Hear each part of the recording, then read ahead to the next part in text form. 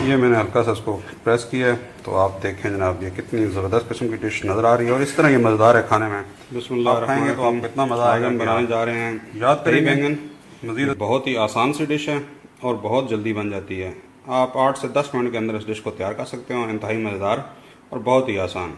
इसके लिए जो चीज़ें हमें चाहिए, 1 पाव दही, 1 कप ऑयल, आधी चम्मच काली मिर्च, आधी चम्मच नमक, 1 चम्मच ज़ीरा और 1 अदद गोल वाला बैंगन।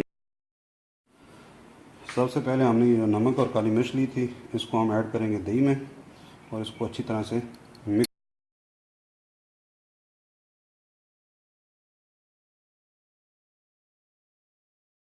ये हमने फ्राई पैन रख लिया मीडियम फ्लेम पे, इसमें हम ऑयल ऐड करने लगे हैं और अभी हम इसमें सबसे पहले करेंगे बैंगन फ्राई। ये हमारा ऑयल गर्म हो गया। अभी हम इसमें ये सब जो पीसेस हमने काटे हुए हैं गोल गोल, ये हमने इतने बारीक पीस काटने ताकि ये आराम से जो है ना वो फ्राई हो जाएं। जैसे आप आलू के चिप्स बनाने के लिए बारीक पीस काटते हैं, ऐसे ही ये पीस भी काटने हैं। इनको हम पकाएंगे ब्राउन होने तक,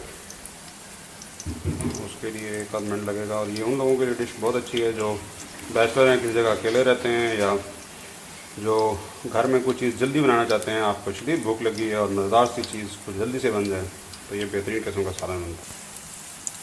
ये देख लें हमारे ये फ्राई होकर ब्राउन हो चुके हैं। अभी हम इनको ऑयल से निकाल लेंगे। कितने ही आपने ब्राउन करने हैं और इनको निकाल लेंगे।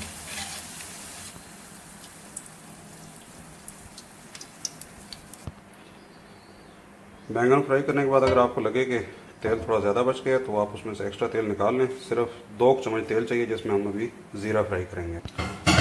अभी हमने जो फ्राई किए थे बैंगन, उनको हम इसके ऊपर तेल लगा देंगे।